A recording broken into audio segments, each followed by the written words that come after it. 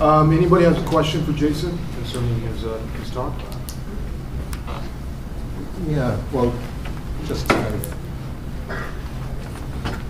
a question about Utopia, really, because I mean, at the beginning of your paper, or your talk, you said about Marx and Engels' critique of Utopia, and it seems to me that, in one sense, well, like Engels in Socialism, Utopia, and Scientific, kind of saluted the utopians and said these guys had great ideas, but they just didn't have any sense of how they would be realized, what the concrete agents would be. And of course, for Marx and Engels, that was the working class, the proletariat.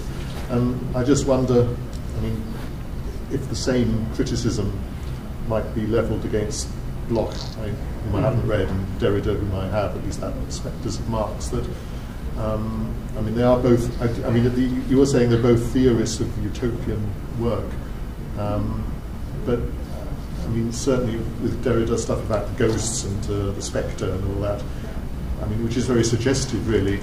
But I mean, what exactly is, what is the ghost? What is the agent? I mean, what are the means by which this utopia could be achieved? So I guess I'm saying is the classical critique of, the classical Marxist critique of utopianism, still, could we sort of use that against utopianism in its new guises, the people that you're talking about? Do we need to think about the question of agency and how these ideals could be realized? And is that where both theorists that you've been talking about kind of let us down in a way? I think that's a great question.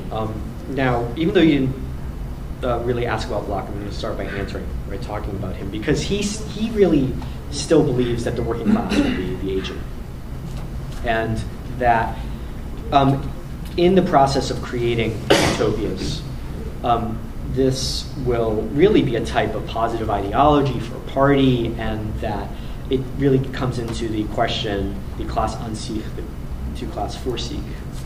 The what? The class, in itself, to a class for itself question, right?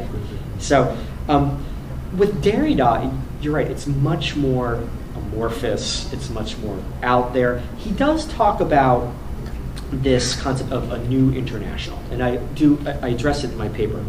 And this new international, it seems, will be a social formation that is unified by a very loose understanding of exclusion, that those who are excluded will come together and somehow form a coalition, somehow form a flexible party, perhaps. It really, when I read this, it brings to mind the work of Leclerc and Mouffe in Hegemony and Socialist Strategy, who are also, I think, influenced by a deconstructive critique. Now, there's still a host of problems with this. It's not only not clear, exactly who will be part of this, but if we're thinking about what a Marxist utopia is, there's no centrality upon Marxist categories. Exploitation, alienation, all of the things that we would identify in terms of Marx. Now, Derrida goes on to say that, of course, those excluded, those who are under the yoke of capitalist oppression will be part of the new international. It will probably be one of the core concepts of this new international. Therefore, critiques, especially by those of people like Eagleton, really don't give my concept enough credit. And this is once again where I think that joining the two might be something that's useful. I mean, Bloch is, not only was a member of the Communist Party, through various breaks throughout his life, but really thought that the core of any social progress will still be a traditional understanding of class. But when Bloch's understanding of the agent is joined to Derrida's understanding of this amorphous agent, I think we can get a sort of a fruitful dialogue of a class-based politics, which is more open to different types of left social movements,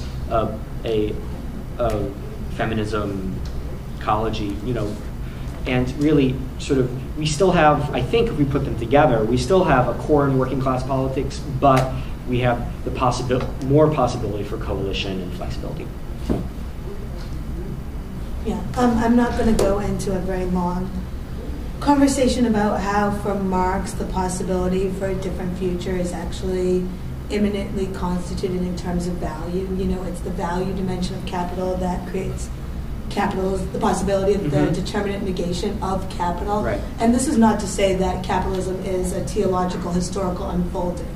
But it's just, I guess I'm trying to retweak the conversation from a subjectivist engagement with utopia, which I do fully believe in, and we do need to theorize, but we can't theorize that without the objective. And in order to get to that conversation, I guess I'll engage the sort of pedagogical question that you started off with, which is about the students not being, like you said, two different things, which is students not being able to imagine a future, and then a different thing, which I thought was students having no hope in the future. And so I think, like, I just came from a disaster film panel. And I mean, we have, you know, disaster film is one of the most, you know, and Jameson says in Archaeology of the Future, it's an apocalyptic film. I mean, we have a huge explosions of, I mean, these are the most popular Hollywood films in existence. So there is, and I think that this is also because of crisis. So, you know, and global warming and terrorism and all of these global signs of apocalypse or signs of capitalism kind of breaking apart.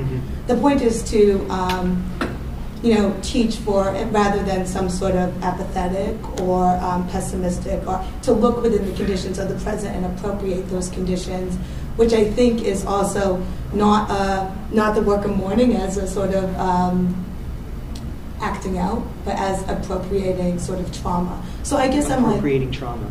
Okay. Actually, not like not performing trauma, but working through the trauma through its appropriation of history. So not being conditioned within the psyche. I know this is a lot, but the prominent point is that it's seeking potentiality of change within the very structures of capitalism itself, which would condition a progressive future rather than going back to some sort of survivalist caveman post-apocalyptic state. So yeah, that's basically it.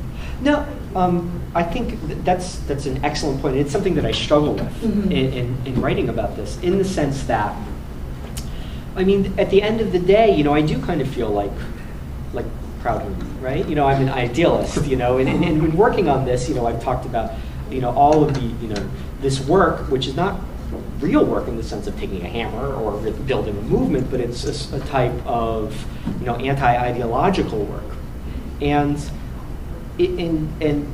always making sure to stress, and I have a brief bit about in my paper, that especially in Bloch, he sees this as complementary. You know, the idea of looking, especially within the work of mediation, you know, taking one's ideas, little daydreams, and looking for congruences, possibilities for linking, you know, what we think, what the not yet produces within the concrete possibilities of what you said, the unfolding internal contradictions of capitalism. Now, the only thing that I would say, and this is in no way contradicting what you're saying, but it seems to me that especially in disaster films, some of them are very, very, and in our current sort of dystopian funk, I think this is the only way to put it, that there are very, very concrete and very, very sophisticated understandings of what could go wrong, especially in terms of the ecology. I mean, not only like students, but I think most of us, well, I hope most of us, but maybe that's optimistic, you know, understand that also in a Marxist sense, that, you know, constant growth cannot go on. Right. Growth for the sake of growth. The valorization of capital for the sole aim of valorization is going to end up in some sort of trauma. And people get that. But how do we turn that? You know,